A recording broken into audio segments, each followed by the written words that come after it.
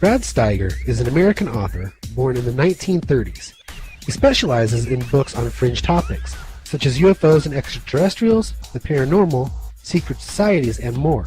A former high school teacher and college instructor, he has authored over 160 books with 17 million copies in print. He has also been a frequent guest on the popular radio show Coast to Coast AM with George Norrie.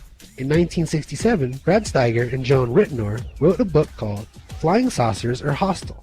Regarding the intentions of the occupants made inside these mysterious flying craft, Steiger and Whitnor stated, "Certain saucer cultists who have been expecting space brethren to bring along some pie in the sky continue to deliver saucer-inspired sermons on the theme that the saucers come to bring starry salvation to a troubled world.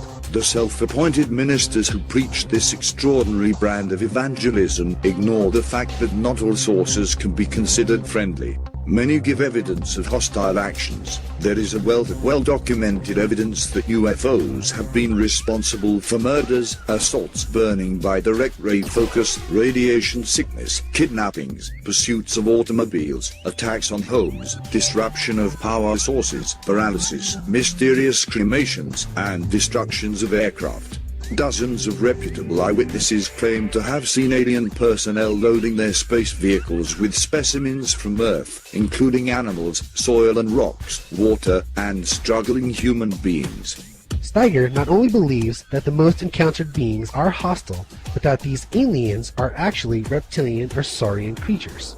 He also believes that these creatures have the ability to manipulate minds from a distance. He says that human emotions can be manipulated through occult, technological, or supernatural means. Steiger also believes that these reptilians would undoubtedly implement these extraordinary powers to desensitize humanity, blinding us from the true nature of our reality. Of course, if these entities were known about on a massive scale, their very existence might be threatened.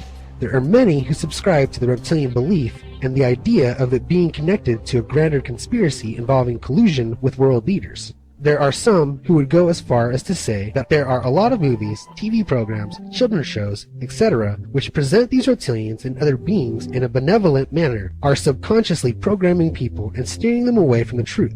As to why these hostile beings are reptilian in appearance, Brad Steiger speaks of the following. "In the late 1960s, I presented my hypothesis that the reason why the most frequently reported UFO knots resemble reptilian or amphibian humanoids may be because that is exactly what they are, highly evolved members of a serpentine or semi-aquatic species.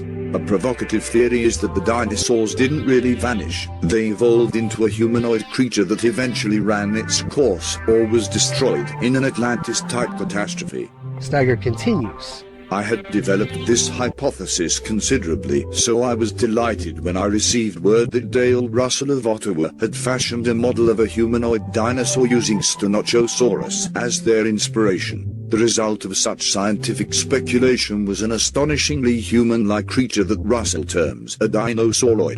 The creature stands 4.5 feet tall, has a large domed head, green skin, and yellow reptilian eyes. As it is, the dinosaur almost exactly fits the descriptions of UFO nauts provided by thousands of men and women throughout the planet who have reported close encounters." Those that are familiar with this series will remember that we had covered quite extensively in our first film, Troodon and Dale Russell's dinosauroid model as a major plausible point for the reptilian case. Further confirmation for Steiger's and Russell's theory comes from a 4-part documentary series called Dinosaur, which was hosted by Walter Cronkite.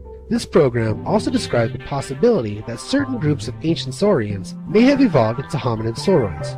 In his 1988 book, The UFO Abductors, Brad Steiger goes on to add, "In the greatest number of alien encounters, the UFO nauts were described as standing about 5 feet tall and dressed in one-piece, tight-fitting jumpsuits. Their skin was grey or greyish-green and hairless. Their faces were dominated by large eyes, very often snake-like, slit pupils. They had no discernible lips, just straight lines for mouths. They seldom were described as having noses, just little snubs, if at all, but usually the witnesses saw only nostrils nearly flush against the smooth face. Sometimes a percipient mentioned pointed ears, but on many occasions commented on the absence of noticeable ears on the large, round head, and repeatedly, witnesses described an insignia of a flying serpent on a shoulder patch, badge, a medallion or helmet.